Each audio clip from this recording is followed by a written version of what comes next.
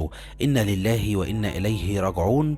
انتقلت إلى رحمة الله تعالى البلوجر العراقية طيبة العلا بعد ما تم قتلها على يد والدها، والسبب في ذلك شقيقها قرار.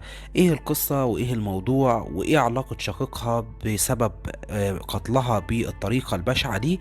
كل التفاصيل هتكون معانا النهاردة، ولكن في البداية بدعوك للاشتراك في القناة وتفعيل زر الجرس علشان دايما يوصل لك كل جديد.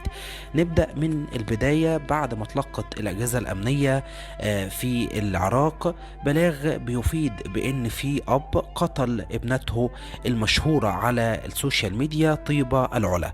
طبعا على طول راحوا لمكان البلاغ ولاحظوا ان الاب كان يعني واقف وهو اللي بيسلم نفسه وهو اللي عمل البلاغ. قال لهم: انا قتلت بنتي وغسلت عاري.